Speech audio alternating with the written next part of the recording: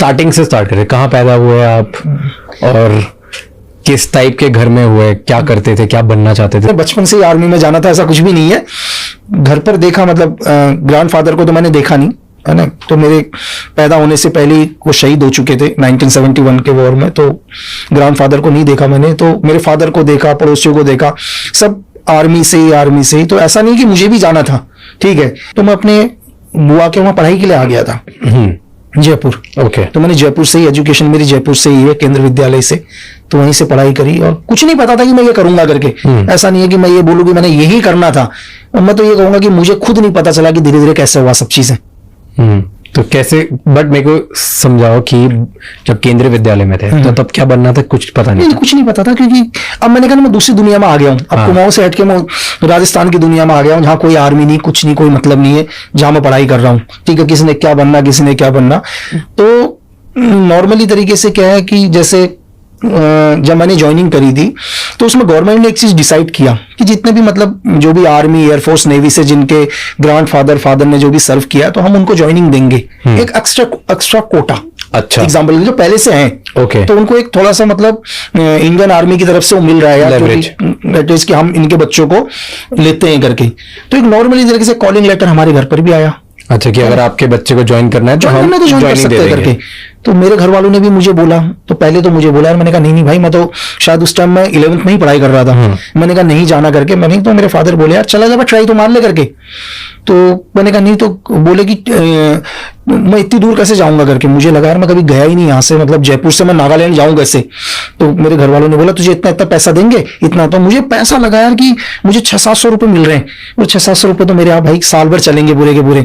तो जो मुझे पैसे मिल रहे थे, उस पैसे को अगर मैं खर्च भी करूंगा वहां पहुंचने में, तो फिर भी मेरे 300-400 रुपए बच रहे थे। तो मुझे सिर्फ उस चीज के लिए कि मैं चला जाऊं करके, 600-700 रुपए से मैं आराम से अपना साल निकालूंगा करके। तो नॉर्मली तरीके से मैं नागालैंड गया, और नागालैंड मतलब जो भी मेरे डॉक्यूमेंट्स थे वो तो उत्तराखंड के ही थे। तो हर स्टेट को अलग अलग डिवाइड किया हुआ था उन्होंने, स्टेट डिस्ट्रिक्ट वाइज। तो जब भी मेरा नंबर आया तो मैं वहां गया, और अपना एक सेंटर में जो भी अपना फिजिकल वगैरह दिया, पूरा का पूरा फिजिकल वगैरह देने के बाद जो भी उनके टेस्ट थे सारे कंप्लीट करे, और वापस फिर कुछ दिन के बाद वापस आ गया, और मैं भूल गया उन चीज को दोबारा। ठीक है। तो फिर अपना आराम से दोबारा अपना पढ़ाई, वो चीजें नॉर्मल। तो कुछ दिन के बाद एक लेटर आ गया कि आप दोबारा भेजो करके, ओके, री मेडिकल के लिए। और मेडिकल होने के बाद फिर नॉर्मली फिर वापस आ गए। फिर देन सडनली एक 6 महीने के बाद आता है कि आप ज्वाइन हो गए हो करके, आप सिलेक्ट हो गए। आप सिलेक्ट हो। और आप कितने साल के थे तब?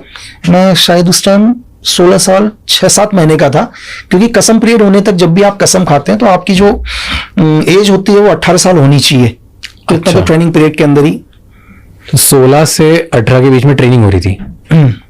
तो कहाँ पे फिर आपको लेटर आया, फिर कहाँ पे ज्वाइनिंग हुई? फिर दिल्ली गया मैं।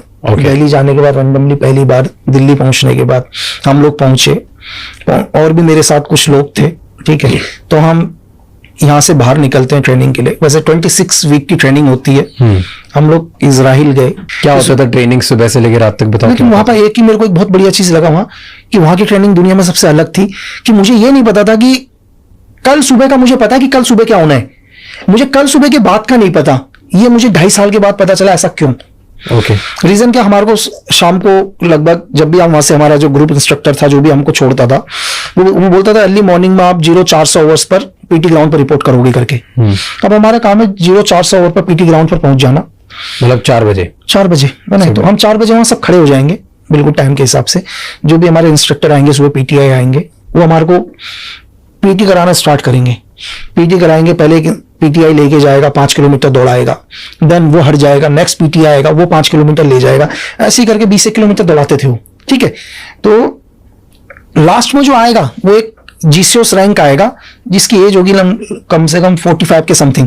वो लास्ट में बोलेगा मैं भी तो मेरी एज, चलो तुम 16-17 ईयर के हो और मैं 54, मतलब इस एज का तुम मेरे बराबर नहीं दौड़ पा रहे हो। तो हम मन में तो ये बोलते थे यार सर आप तो अब भी आए हो, हम तो 15 किलोमीटर से दौड़ रहे हैं लगातार, है ना। तो जब भी ये पूरी एक्सरसाइज खत्म होती थी, 4 से लगा 6-7, कोई फिक्स टाइम नहीं था, 6:30 भी अगर खत्म हुआ पीटी, तो वो लोग बोलते थे यार कि आप वहां पीटी खत्म हुआ, फिर एक इंस्ट्रक्टर आता था, बोलता ठीक है ब्रेकफास्ट करके तुम 0730 आवर्स पर बीओसी में रिपोर्ट करो।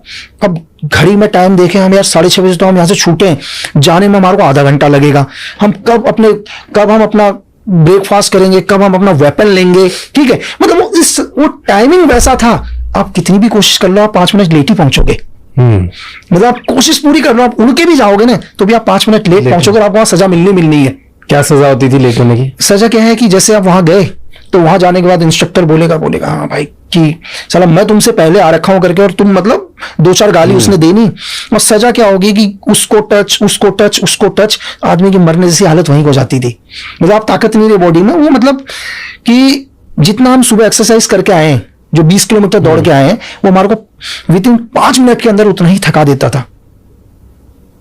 और एक साथ हाथ में उनके गोल्फ के स्टिक रहते थे, ठीक है। अब वो एक जिसके पड़ गया तो फिर उसके बाद होने के बाद नेक्स्ट फिर बीओसी बैटल ऑब्स्टिकल कोर्स, फिर वो करना पूरा का पूरा 26-27 ऑब्स्टिकल से पूरा करना। तो लगभग 9, 9:30, 10 वहां बज गए। फिर जैसे ही 10 होंगे खड़ा तो वो बोलेगा ठीक है अभी घड़ी में 10 बज गए हैं करके, आप 10:30 बजे रॉक क्लाइंबिंग रिपोर्ट करो। अरे फिर रॉक क्लाइंबिंग, फिर भागना उधर। और साइकिल उन्होंने वो दे रखी थी कि जिस साइकिल के पीछे वो स्टैंड भी नहीं था बैठने का, मतलब जिसको साइकिल चलानी नहीं आती उसके लिए तो भाई वो तो महाभारत ही था, आप बैठा ही नहीं सकते ना किसी दूसरे को। तो फिर वहां पहुंचना, अपना रॉक क्लाइंबिंग में पहुंचना।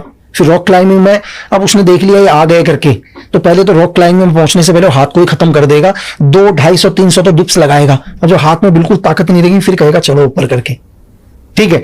अब रॉक क्लाइंबिंग खत्म होगी, वहीं पर आपका टी वगैरह आ जाएगा। तो रॉक क्लाइंबिंग जैसे कोई नहीं कर पाया, नहीं जानने ऐसा नहीं है कि डेफिनेटली हम क्या बोल रहे हैं कि हर चीज का एक प्रोसीजर है। ओके। ऐसा नहीं कि फर्स्ट दिन ही आपको धीरे धीरे आपके स्टेमिना को बढ़ाया जाएगा।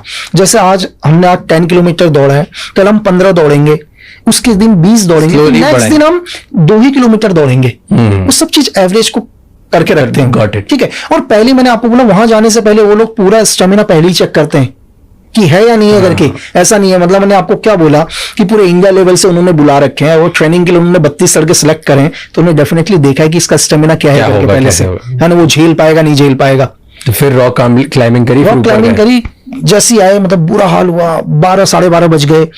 तो फिर बोलेगा एक काम करो आप 15-20 मिनट का टाइम देगा, बोलेगा यूएससी में रिपोर्ट करो, नाम कम्बाट जो फाइटिंग वगैरह चलती है मार्शल आर्ट टाइप का। तो वहां एक पिट बना हुआ है, उस पिट के ऊपर हम लोग पहुंचेंगे। फिर वहां पर फाइटिंग तो सिखाएगा 15 मिनट, 2 घंटा वो वैसे ही बर्बाद करेगा। मतलब उसको टच, इसको गोद में उठाओ, मतलब मरने से बुरी हालत। और जब बॉडी के ऊपर मतलब दुनिया भर की मिट्टी होगी, बालों में भी मिट्टी होगी, फिर एकदम से वहां पर एक गाड़ी पहुंचेगी और बोलेंगे भाई आपके पास 15 मिनट का टाइमिंग है, खाना खाने के बाद स्विमिंग में रिपोर्ट करो करके। अब भाई आप क्या खाना खाए, हाथ कब, जब तक लास्ट वाले का नंबर आता था टाइम खत्म हो जाता था, ठीक है। मतलब आपके पास सब कुछ है। अब खाना भी आप कैसे खाओगे, यूएससी पिट में हम लोग प्लेट सामने रखते थे और अपने आप को बहुत दूर रखते थे, बॉडी को दूर से ही खाना लेते थे स्पून से, क्योंकि पूरी मिट्टी आ जाएगी आपके उसमें, है ना। तो ये लगभग ये लगा लो आप कि ये रात को 12, 12:30 बजे तक, 12, 12:30 तक कंटिन्यू। जब थ्योरी की क्लास में बैठेंगे तो भाई साहब नींद ऐसी आ रही पूछो मत। वहां रात को थ्योरी की क्लास होती थी, थ्योरी की क्लास है, और वहां मतलब कितनी भी कोशिश कर लो, मतलब जानबूझ के हम लोग खड़े हो जाते थे कि यार नींद ना आए करके। वो एक स्टिक लेके बैठा हुआ कान में सीधा मारेगा तो बुरा हाल, हर बारी ट्रेनिंग चेंज। और क्यों ऐसा करते थे? आपने बोला 2.5 साल बाद पता चला कि मतलब बताते नहीं थे। वो इसलिए नहीं बताते कि अगर मुझे कल का पूरा रूटीन बता दिया मैं अपने घर आ जाऊंगा, बस। मतलब इतनी ताकत नहीं है हमारी बॉडी में, मतलब मेरे माइंड में इतनी शक्ति नहीं है कि मैं वो सब कुछ झेल सकूं। अगर आप अभी यहाँ बैठे हो, मैं आपको बोलूंगा एक काम करते हैं, बोला हाँ चलो रेडी होके आ जाओ नीचे, पीटी ड्रेस में रेडी होके आ जाओ, आप आ जाओगे। अब मैं बोलूंगा आपको यार चल रनिंग कर, आप रनिंग करा, करते करते मैंने आपको 20 किलोमीटर 25 किलोमीटर दौड़ा दिया। मैं अभी आपको बोलूंगा 25 किलोमीटर दौड़ने, तो आप तो वैसे मेंटली अरे नहीं आना भाई, अब यही मना हो गए ना।